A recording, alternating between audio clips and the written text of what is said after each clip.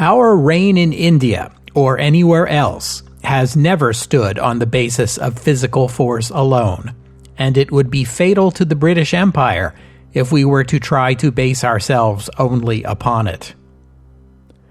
Winston Churchill. Welcome to the history of the 20th century.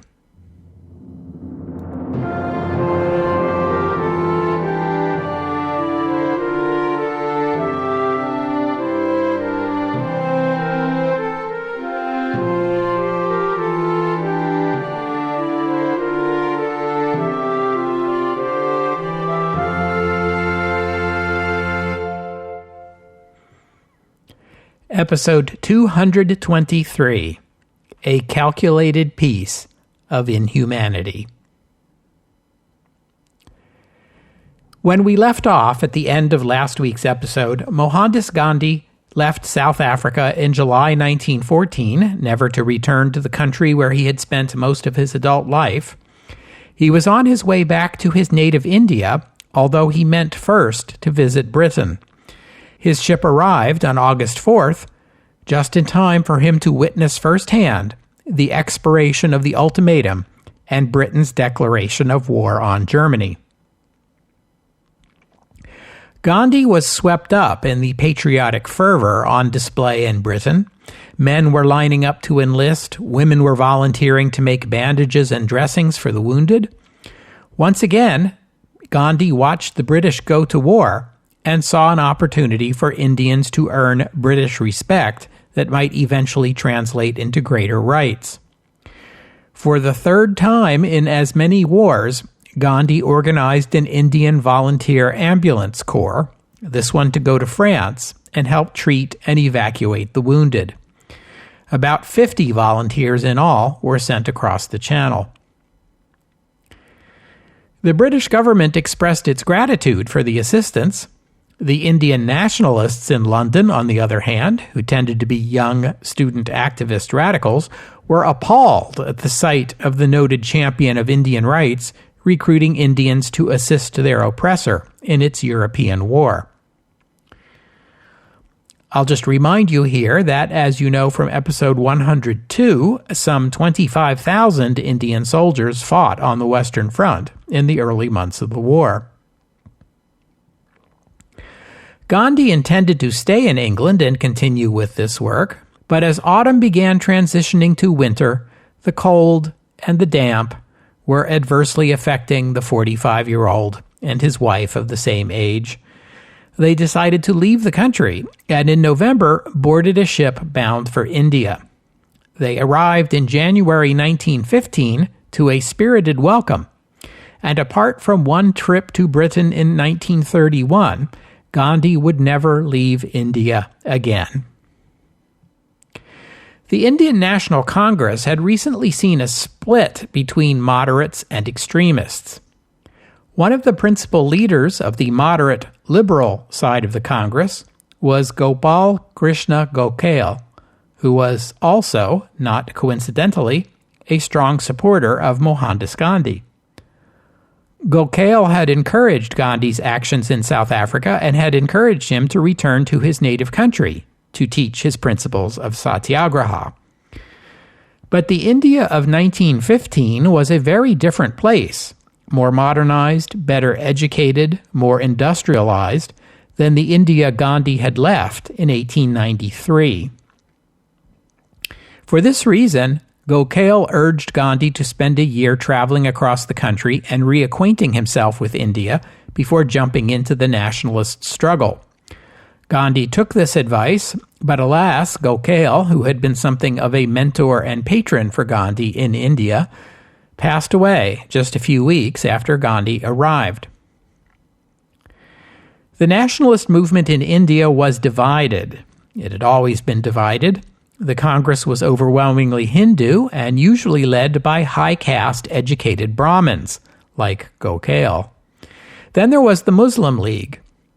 Both of these groups had their internal quarrels, their quarrels with each other, and then there were all the Indians not represented by either organization, like, say, the Sikhs, or India's 50 million Dalits, who got no consideration from anybody. Gandhi's experience in South Africa had taught him that battles were not won while Indians were fractured into separate communities by religion and caste. It was when Indians from all backgrounds came together that their might became too great for the British to ignore. But Gandhi was no more than a marginal figure in the Indian nationalist movement. At this point in our story, we've come back around to where we were at the end of episode 220. In 1916, the Indian National Congress and the Muslim League held a joint meeting in Lucknow, which led to the agreement known as the Lucknow Pact, under which the Muslim League agreed to support home rule in exchange for the Congress endorsing the Muslim League demand for separate Muslim representation in provincial legislatures. More radical nationalists, who were impatient with the Congress approach, rallied around the 60-year-old Bal Gangadhar Tilak, one of the radicals rejected by the Congress moderates. Tilak was an ardent supporter of Swaraj by any means, and had recently been released following 6 years in prison for sedition. Tilak worked with Annie Besant, a free-thinking Englishwoman, formerly a vicar's wife, who took up various radical causes like socialism and Irish Home Rule, causes that led her to leave her Tory husband and befriend Fabians like George Bernard Shaw.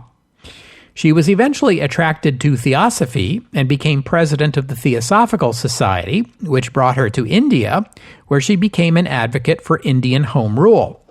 When the Great War began, Besant, echoing Irish nationalists, declared, "England's need is India's opportunity." Now 69 years old, Besant, along with Tilak and others, organized the All India Home Rule League. Besant was arrested in 1917, which triggered loud protests not only from the Home Rule League, but from the more moderate Congress and Muslim League. These protests forced her release, and soon afterward, this now 70-year-old Englishwoman was elected president of the Indian National Congress.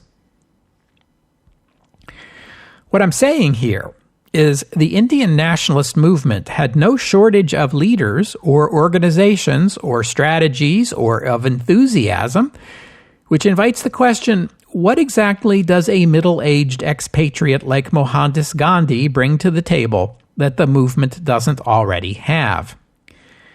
Well, he brings satyagraha. But remember that satyagraha is not just a protest tactic, it's a philosophy. It's a way of life. It is not something to be adopted. It is something to be studied. It is something to be lived.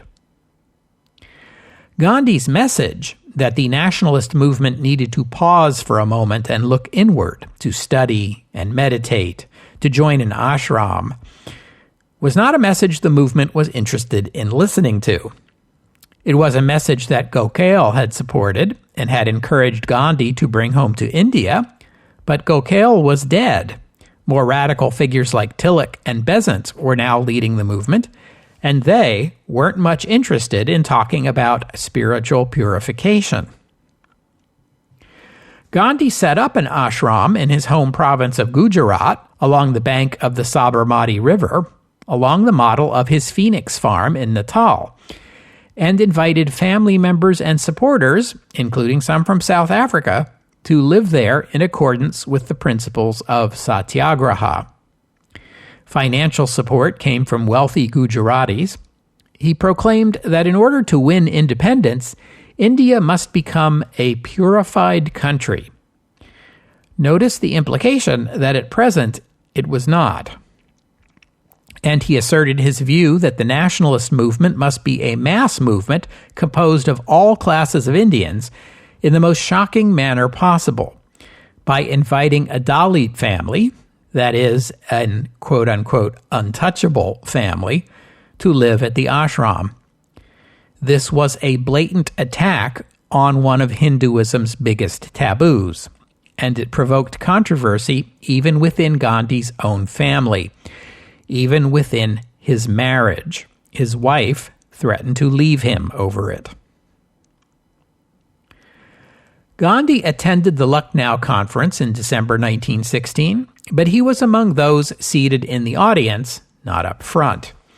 He was not conspicuous, but he did attract the attention of one excitable young man named Raj Kumar Shukla, who had come to the conference to express his own grievances against British rule. After none of the important people at the conference would listen to him, Shukla approached Gandhi, who had difficulty understanding the young man's rural dialect. Another attendee, a Bihari lawyer, offered to serve as interpreter.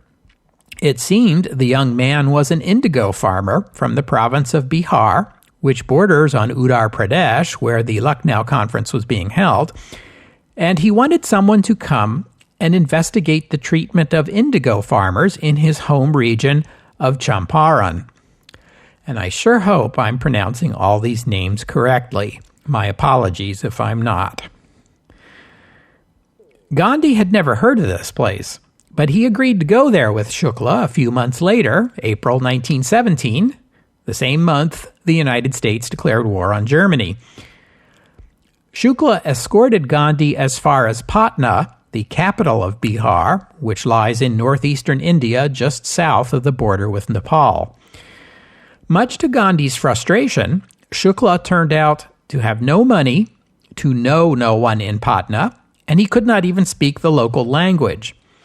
And it seemed to Gandhi that though he had traveled most of the way, he wasn't even going to get to see this Champaran place. But Gandhi did happen to know a lawyer he had met during his student days in London, a Muslim man named Maulana Mazharul Haq, who lived not too far away. So they called on him.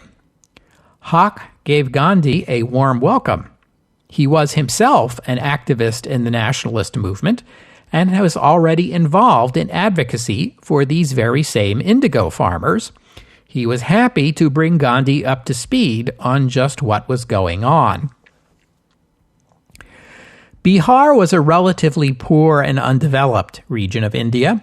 Its principal export was indigo, and British people had been getting rich off indigo cultivation here since the days of the East India Company. In Champaran, the landowners were British people who relied on tenant farmers to do the actual work. The farmers were typically required to set aside a certain portion of their land to grow indigo, which was paid over to the landlord as rent.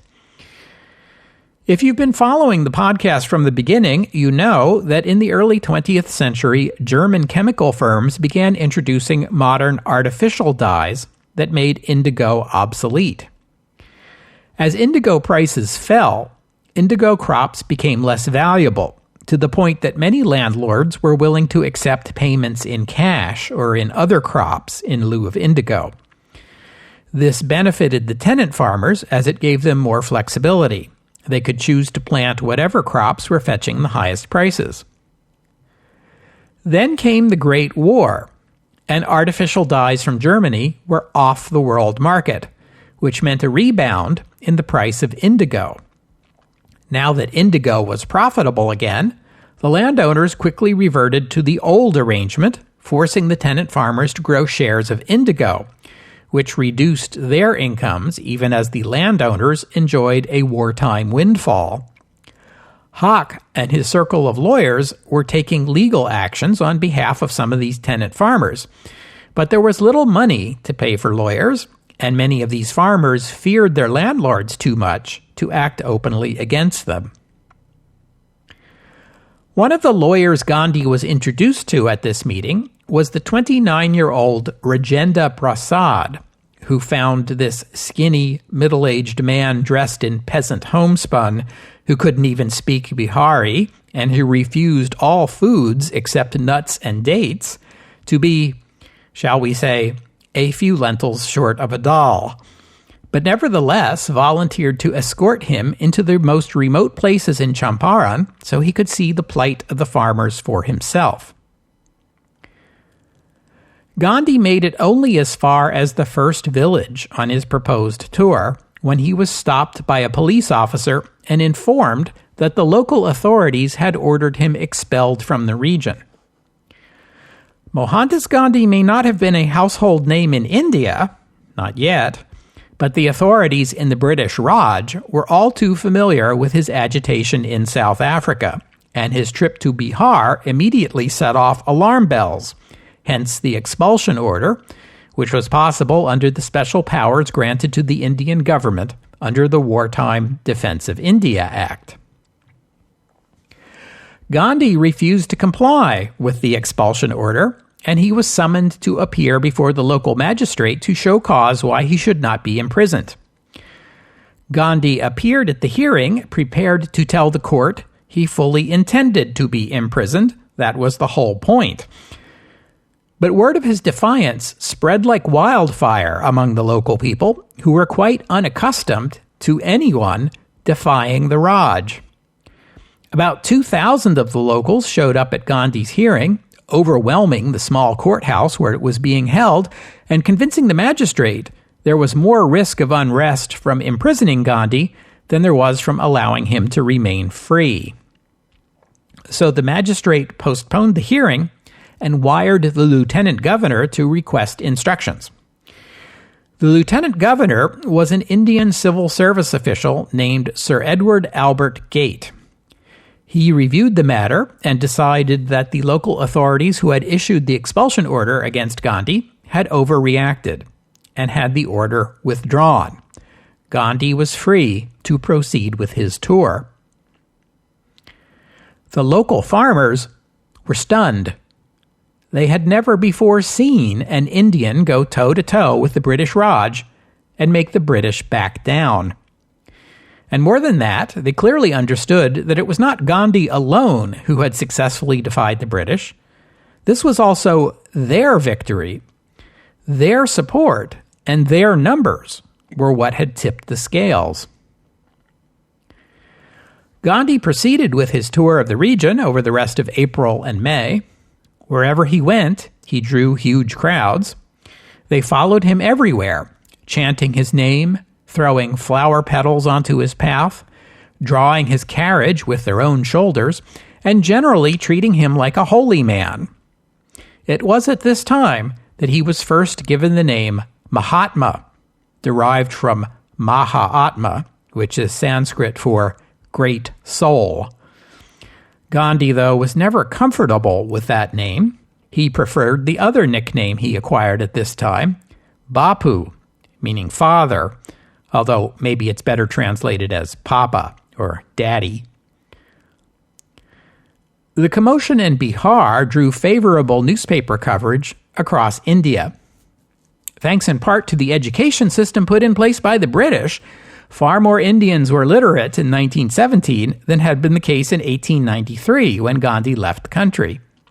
In fact, there were about 1,400 newspapers across India by this time, and all of them were printing stories about the Mahatma's tour of Bihar. Gandhi met with provincial officials and persuaded them to open a public inquiry into the plight of the peasant farmers of Champaran. British-born officials in the Indian civil service were pleasantly surprised to discover, or be reminded, that the Mahatma had once had a London legal education and was perfectly capable of negotiating with them, pleading his case, and compromising when it would help get an agreement. This had not been their experience with the other Indian nationalists they had dealt with. Gandhi was always willing to compromise. His supporters often complained he was too willing. On the other hand, officials of the Raj always felt it easier to give Gandhi some small concession rather than a flat-out refusal that would lead to a confrontation with his devoted followers. History will know this campaign as the Champaran Satyagraha, and although the victories Gandhi won here were slight, they were real. They had propelled him to the front rank of leaders in the Indian nationalist movement and given him his first cadre of followers outside his native Gujarat.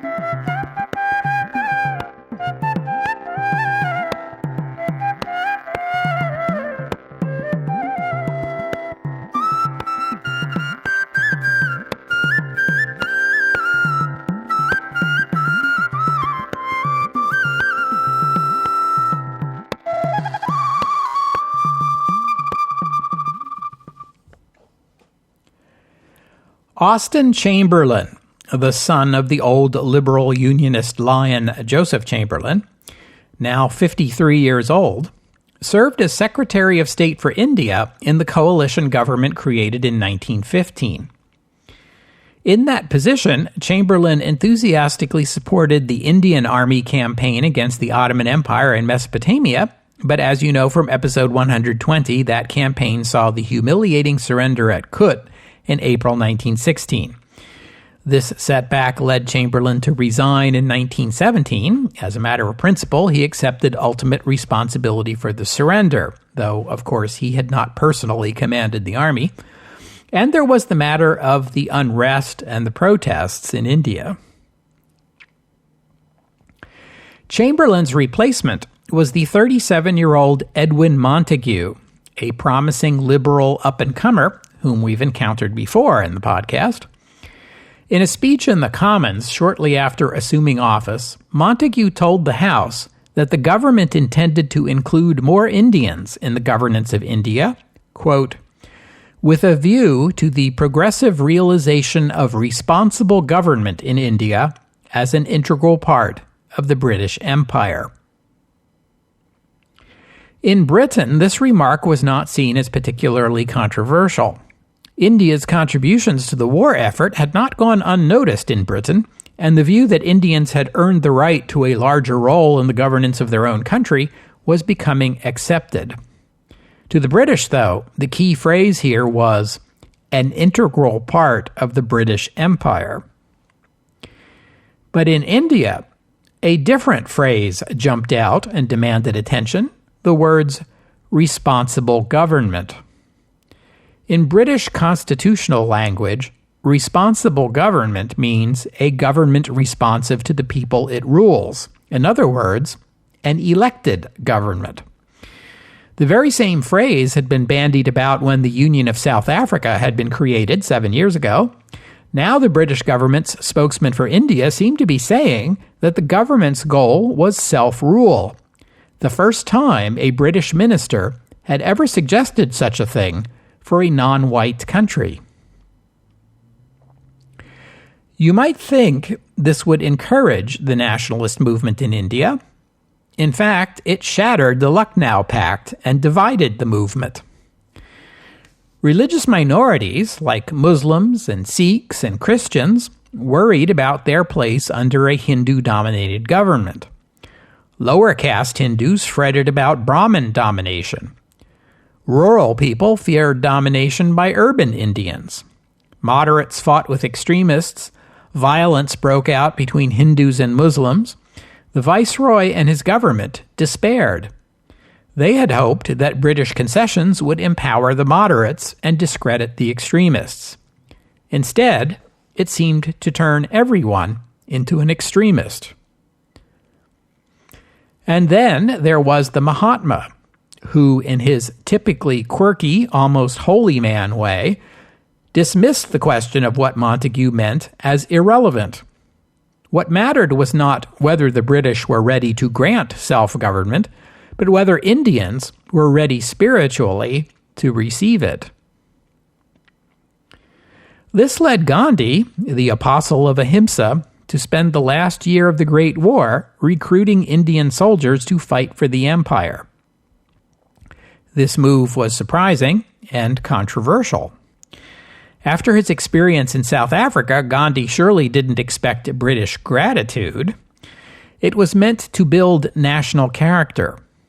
To those who admired his pacifism and felt betrayed, Gandhi argued that Indians had always been a warlike people, and even satyagraha required a martial discipline. Or as Gandhi put it, succinctly, if a bit opaquely, you cannot teach ahimsa to a man who cannot kill.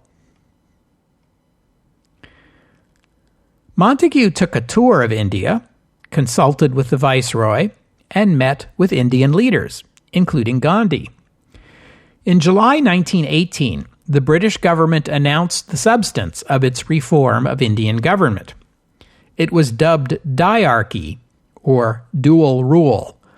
The Viceroy and his government would retain control of the most essential government functions, finance, law enforcement, administration, the military, but the remaining portfolios, agriculture, health, education, would be turned over to the elected local and provincial governments and be administered by Indians.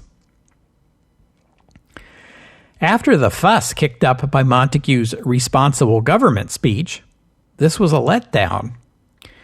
Still, an optimist might see it as a step forward toward full Swaraj.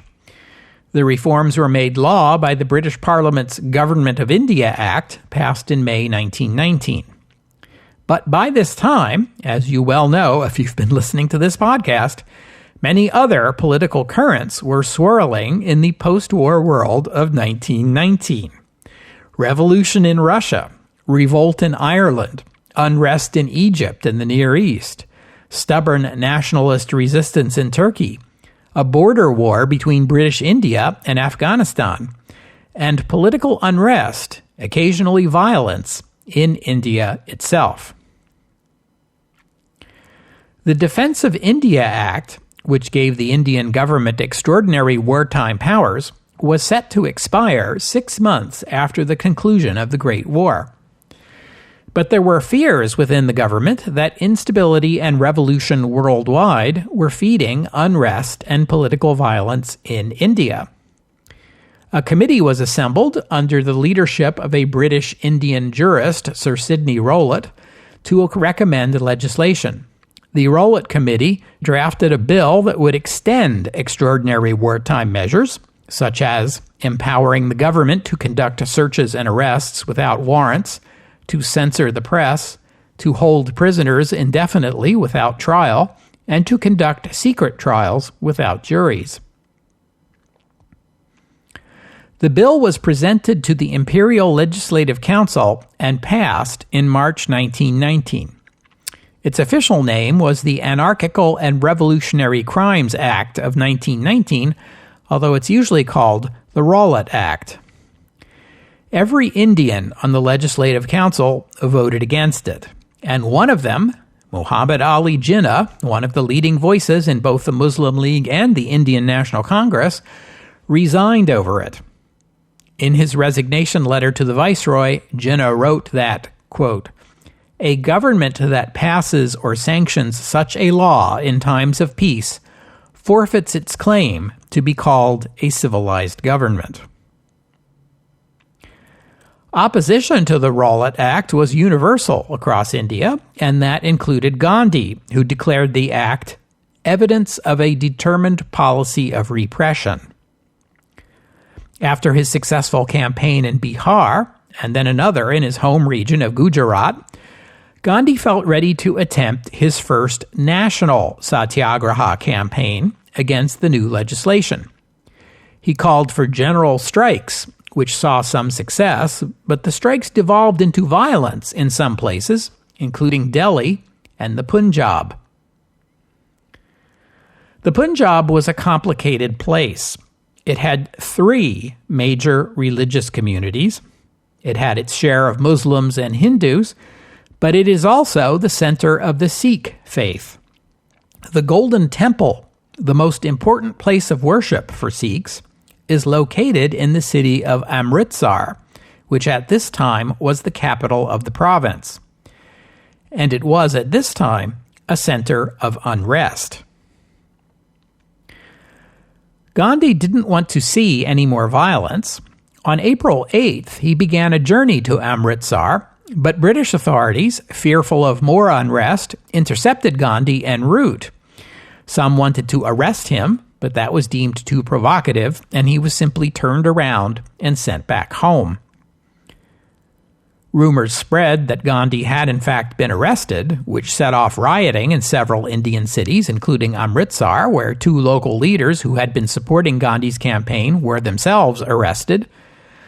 On April 10th, a demonstration was held in the city to demand their release. Soldiers fired into the crowd, killing some of the demonstrators, which in turn touched off rioting. 4 Europeans were killed. 1 English missionary, a woman named Marcella Sherwood, who operated a school for Indian children, was attacked by a mob. but rescued by a group of Indian men, including the father of one of her pupils, who escorted her away and turned her over to the military for protection. Amritsar was relatively quiet the next couple of days, which were a Friday and a Saturday. On Saturday night, the leaders of the protest in Amritsar met and called for a public protest demonstration to be held the next day, Sunday, April 13th, at 6:30 p.m. at a place called the Jallianwala Bagh, an enclosed garden near the Golden Temple. The next day, Sunday, the commanding military officer in the region, a British officer, Colonel Reginald Dyer, marched a brigade of Indian soldiers into Amritsar. They took 4 hours to march through the city, banging a drum and stopping frequently to read out a proclamation. Amritsar was under martial law. An 8 o'clock curfew was declared. All public meetings of more than 4 persons were prohibited. It is unclear how many people in Amritsar were actually aware of that morning's declaration of martial law. Today was Baisakhi, which is a spring festival day for Hindus, and New Year's Day, and a major holiday for Sikhs. This meant there would be a great many Sikh worshippers at the Golden Temple. It was also the day that farmers and merchants came to the city for the annual horse and cattle fair. By mid-afternoon, word came to Colonel Dyer of the impending demonstration at the Jallianwala Bagh, which was still on for 6:30 that evening. Word also came to him that a crowd of at least 6,000, over 10,000 by some estimates, had gathered in the Jallianwala Bagh. Some of them were no doubt worshippers stopping by on their way to or from the Golden Temple. Others may have been people who went to the garden after the police shut down the cattle fair, pursuant to Dyer's declaration. It was a public place of about 6 or 7 acres that often hosted crowds. That's why the demonstration had been scheduled there in the first place. The protesters wanted to get their message out to the larger public. And allow me to emphasize again that it is unclear how many of the people in the garden that day were even aware of the martial law declaration. What does seem clear is that Colonel Dyer regarded the assembly at the Jallianwala Bagh as a personal affront. At 6:30, the demonstration began as scheduled. An hour later, 7:30 p.m., a half hour before the curfew went into effect, Dyer ordered the narrow alleyways that were the only exits from the Jallianwala Bagh closed. He then marched about 50 Indian riflemen into the garden and ordered them to open fire on the crowd. They fired for about 10 minutes. The soldiers fired into the center of the garden. When the crowds fled to the walls, the soldiers fired at the walls. They fired about 1,650 rounds altogether. In the confined space, many of those bullets killed or wounded more than 1 person each. Hundreds were killed and wounded by the shooting. Many more were killed or wounded after being crushed in the resulting panic as the crowds vainly sought safety. No attempt was made at the time to determine the number of casualties. The Punjab government initially declared a total of 200 casualties, a number clearly too low. There were certainly 400 killed and 1,200 wounded at a minimum, perhaps more. The shooting did not stop until the soldiers' supply of ammunition was spent, at which point Dyer and his unit withdrew. The dead and wounded were left where they fell. Bodies were piled higher than a person's head, and the cries and moans of the wounded filled the garden.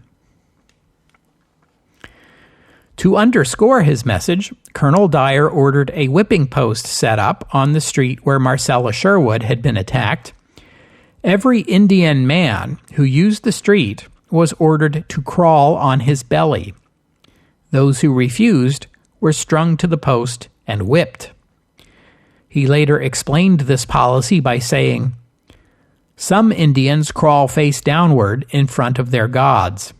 I wanted them to know that a British woman is as sacred as a Hindu god."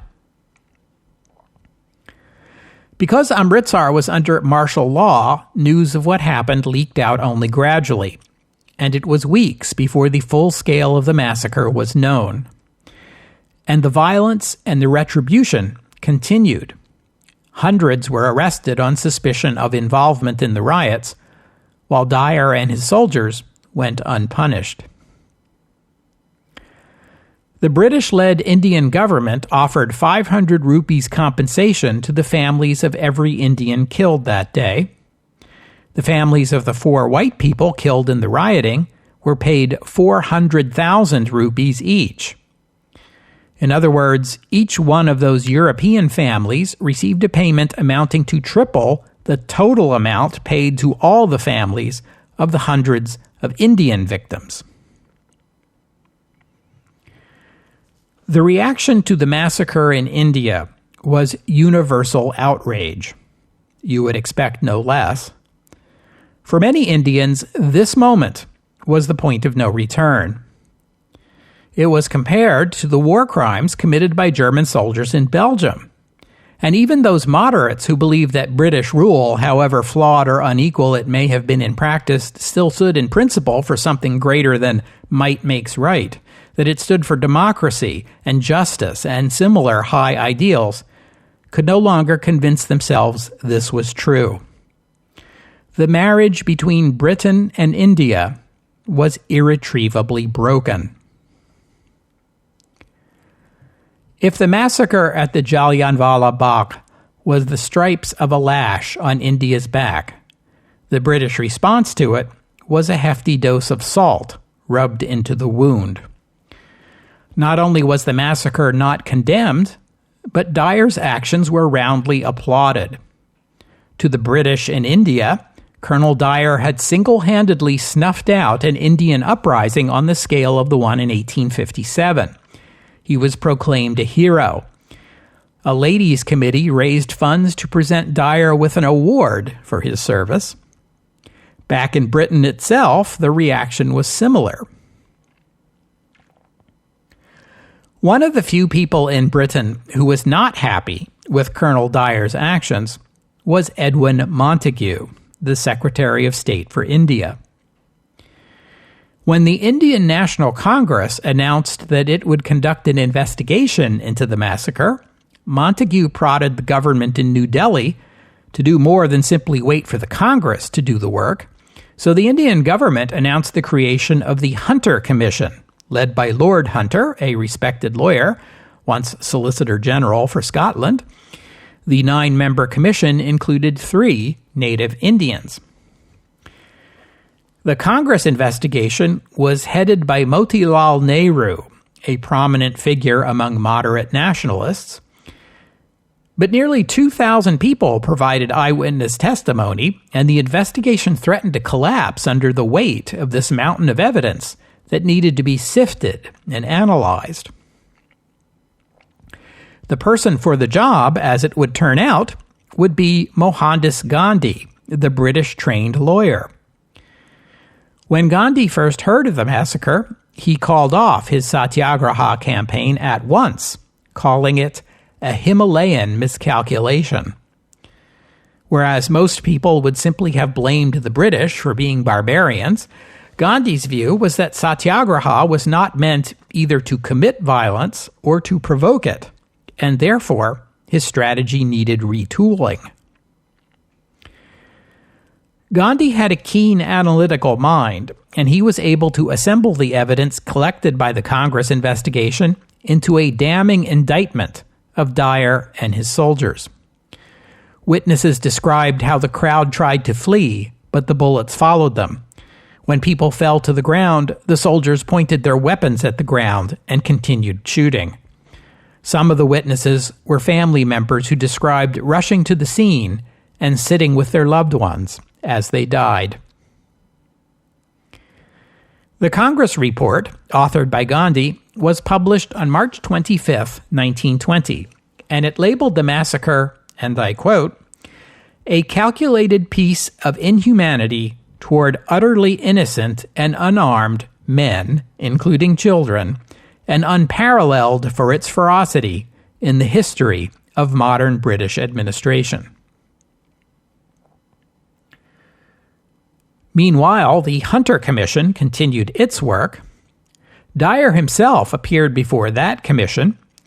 He showed not the slightest particle of regret and defended his actions with a haughty arrogance that stunned the commission members. He freely acknowledged that he had come to the Jallianwala Bagh not to warn, but to punish, with the specific intent of shooting as many people as possible. When asked if he could have peacefully dispersed the crowds gathered there, he agreed that he could have. Quote, "But then they would have come back again and laughed, and I would have made what I consider a fool of myself." Dyer's unit had brought armored cars with mounted machine guns, but the cars had been unable to pass through the narrow passageways into the Jallianwala Bagh itself. When asked if he would have brought the armored cars in and turned their machine guns on the crowd if that had been possible, he calmly replied, "I think probably yes." When asked whether he had made any effort to tend to the wounded after the shooting, he told the commission, "Certainly not. It was not my job. Hospitals were open, and they could have gone there." The Hunter report was released on May 5th. The tone of this report was much more reserved. It called Dyer's actions a grave error and said that forcing Indians to crawl on their bellies was injudicious. The government relieved Dyer of his command.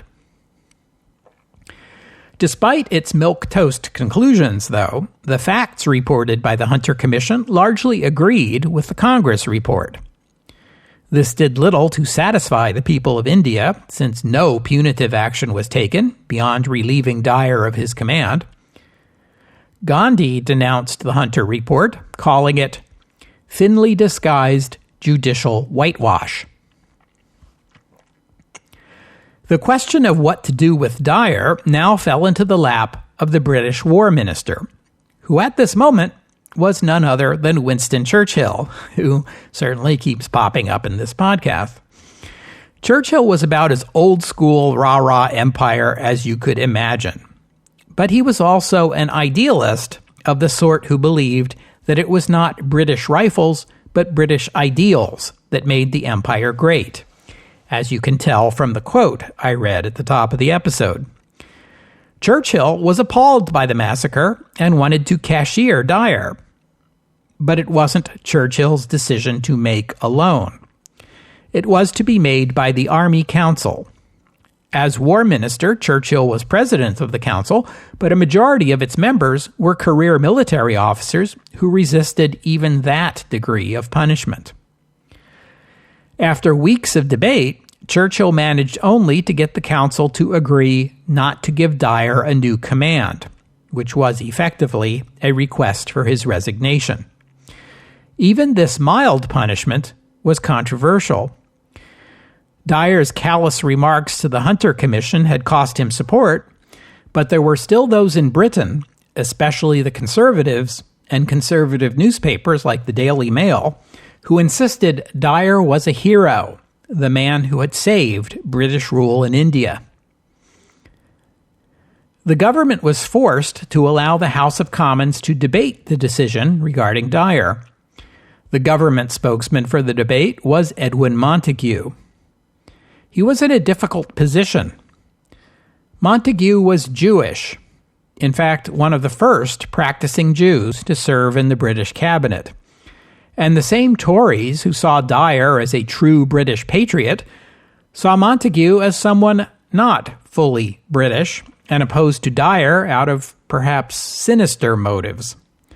Montagu was quite aware of the anti-Semitism directed against him and lost his cool during his speech in the face of repeated heckling, and blurted out remarks like, "Are you going to keep your hold on India by terrorism?" It was widely perceived that Montagu had hurt rather than helped the government's case. Speaking against the government was Edward Carson, leader of the Ulster Unionist Party, who attacked the government's actions as un-English, a remark widely interpreted as an anti-Semitic slur against Montagu. Then it was Winston Churchill's turn to speak. You should sit up and take note of this moment, as it is the first and last time in the history of the 20th century that you are going to find Winston Churchill taking a stand alongside Mohandas Gandhi. Churchill did not attack Dyer directly, nor criticize his supporters. Instead, he adopted a strategy Gandhi would have approved of: satyagraha, the strength of truth. He recited the facts of the incident to the House. Every military officer has to make hard decisions, Churchill said, including the one on whether or not to order soldiers to open fire. Here, the people fired upon had been Dyer's countrymen, citizens of our common empire, as Churchill put it, citizens who were themselves not attacking anyone or anything. In these circumstances, Churchill argued, Dyer's punishment was the absolute minimum anyone had the right to expect. We have to make it absolutely clear, some way or other, that this is not the British way of doing business. Our reign in India, or anywhere else, has never stood on the basis of physical force alone. The speech was one of the best ever given by a man famous for his speeches. One might even be tempted to call it his finest hour. The debate continued. Churchill himself was attacked as, quote, responsible for the loss of more lives than any man sitting in this House, which was a reference to Gallipoli. The House ultimately voted to support the cabinet's handling of the Dyer case. In India, Motilal Nehru, Congress leader, distinguished Indian lawyer, former president of the Indian National Congress, and prominent moderate in the nationalist cause, had all his British-built furniture and his British-made clothing collected into a great pile in the courtyard of the family home. His son, a prominent young lawyer named Jawaharlal, and his 3-year-old granddaughter, little Indira, watched as their father and grandfather set the pile alight, and the family's loyalty to the British Raj went up in smoke. From now on, the Nehrus would wear only homespun native Indian cloth in accordance with the principles of the Mahatma. On August 1st, 1920, Bal Gangadhar Tilak passed away at the age of 64. The 50-year-old Mohandas Gandhi was now the undisputed leader of the Indian nationalist movement, and he and the movement were now fully committed to independence from British rule.